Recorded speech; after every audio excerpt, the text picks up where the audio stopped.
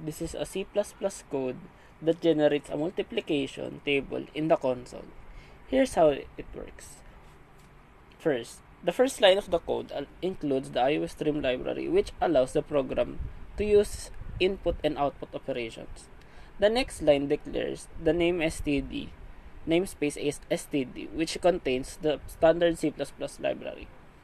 Third, the main function is the entry point of the program. It returns an integer value of 0, indicating successful execution of the program.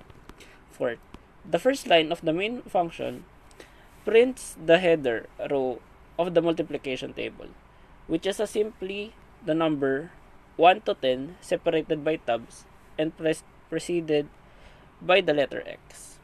Fifth, the program then enters a nested loop with the outer loop iterating through the numbers 1 to 10 inclusive, and the inner loop iterating through the number 0 to 10, that is inclusive. 6. Inside the inner loop, the variable 0 is assigned the value of product of y and x, where y is the current value of the outer loop and x is in the current value of the inner loop. 7. If the value of 0 is less than 1, then means that x is equal to 0. And so, the program prints the value of y, followed by a tab character. 8.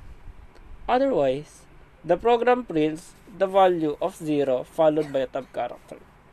9. After the inner loop completes for a given value of y, the program prints a new line character to start a new row in the multiplication table.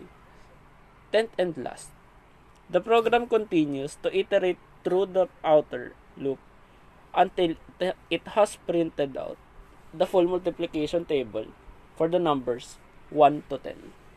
That's all.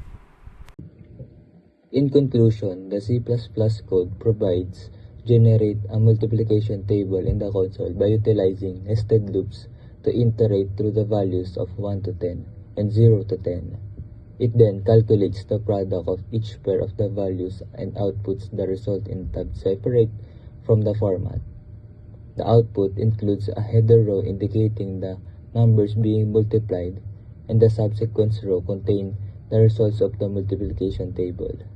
This program is a simple example of how nested loops can be used to generate mathematical patterns and tables.